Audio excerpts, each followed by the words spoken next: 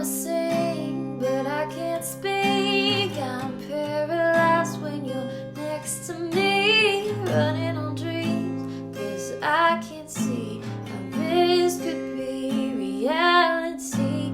You're holding me close, but I don't know. Do I let you in? Do I let it show? All of my fears and all of these ghosts are the only thing. In 1936, Tom Robbins, he was an author, he said, "Our greatest human adventure is the evolution of consciousness. We are here in this life to enlarge the soul, liberate the spirit, and light up the brain." Happy Hump Day. Welcome back to another episode of Morning Coffee with your host, Rick Alexander. That intro music, as always, provided by Brittany Taylor, and she is Barbell Brittany on Instagram.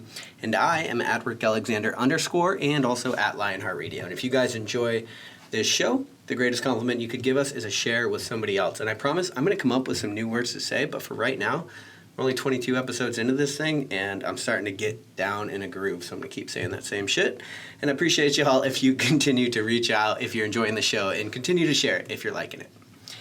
Today I'm going to talk about the evolution of our purpose. And this is an interesting concept and one that I've worked on a lot. I put it in my first book, Burn Your Couch, and I think it just provides a really cool insight into what the hell we're doing here, and it just sort of trips this idea that maybe we're more free to pursue whatever it is that we want in this life. Because the truth is, I have no idea what we're doing here. Like, specifically, like the human race, I mean. But could anyone really know? Like, we're each just one of 7 billion bipods on a seemingly blue sphere, floating in an endless black abyss, existing for some reason. But with a pragmatic look at our biology, it's plain to see, like, higher purpose be damned, most of us don't live fulfilling lives because we're pushing back at a genetic code that has taken millions of years to map. As a society, Western culture in particular, we're giving a huge middle finger to evolution. Because if you happen to be born in the Stone Age, about 2.5 million years ago, your purpose was to survive and to reproduce. When you're fighting for everything you have, including food and shelter, it just wouldn't make sense to waste energy or time on the existential. So you work diligently to chip tools out of rock that would hopefully allow you to get a leg up on the rest of the ecosystem. You moved in a fashion that was much more directed by your sympathetic nervous system, also known as the fight or flight mechanism. It's flight or freeze mechanism in my experience, but I won't get into that right now. That's a sidebar. But your purpose was clear, and it stared you straight in the face in the form of Darwinian theory every single day. So you would certainly not be concerned with esoteric notions such as finding yourself or figuring out your purpose, because you had a purpose, and that was to keep existing and to keep climbing up the food chain. So in a lot of ways, existence in itself used to lend itself to meaning. But our survival as a species from the beginning required creating the path of least resistance. Quite literally, contributing the minimum amount of effort helped ensure our existence, right? Because that was like the earliest form of innovation. The unfortunate irony, though, is that to find success in the modern age, you have to be willing to fight that instinct, or you'll get the intended result. You will simply exist. So the mastery of our most primal purpose has landed us with depression rates in the teens, over half of all adults obese, more than 1 in 20 adults morbidly obese, and a diabetic rate that is soaring like a toddler on a sugar high. Literally. We have made existing so easy, it no longer comes innate with purpose or fulfillment. So what's our purpose now? And this is what I think is so interesting, because we owe it to ourselves to embrace this new era in our evolution. Embrace the qualities that have kept us alive, like heart beating out of your chest physical activity, the ingenuity that propelled us to the top of the food chain, and enjoy the freedom that millions of ancestors before us have given us to explore, create, and continue to improve for future generations. We can take the opportunity to realize no one has ever been better positioned to solve major global problems or to find the maximum capacity of our physical abilities while safely returning to our bed at night.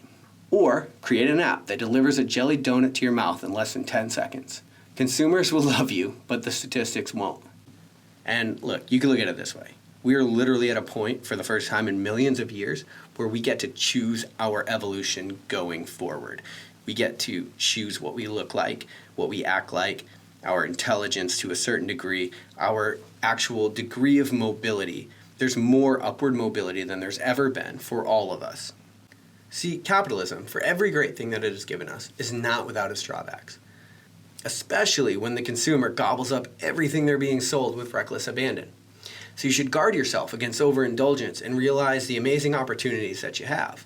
Since we have the whole existence of the human race thing on lock, barring some kind of self-imposed catastrophe by, well, damn near anybody that we put up for president these days, it means that we're free to pursue higher meanings. So we can figure out what we really identify with and go after it with all of our being. There doesn't have to be this higher meaning because you can have a higher meaning. And you have the opportunity and the freedom to give yourself meaning for the first time in a very, very long time, like millions of years. Because I'm an entrepreneur, so at least I like to think I am.